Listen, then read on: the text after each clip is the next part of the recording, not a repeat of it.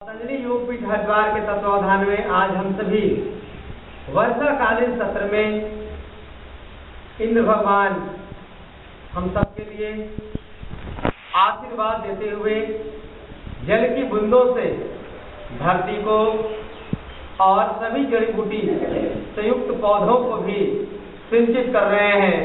ऐसे पवित्र वातावरण में हम सभी बिहार प्रांत के भोजपुर जिले के दक्षिण कोना गांव में आज प्रातःकालीन सत्र में उपस्थित हैं। आपको मैं योग प्रचारक डॉक्टर ब्रिजमोहन हार्दिक अभिनंदन स्वागत करता हूं।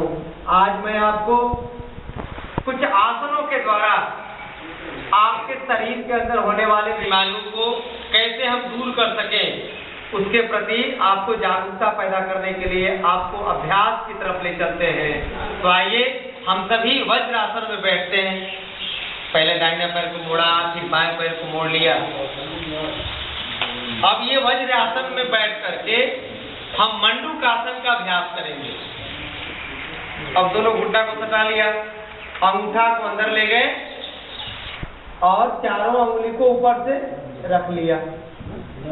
अब ये नमथे का जो इलाका है नाभि के बीच में रखें। बहुत अच्छा।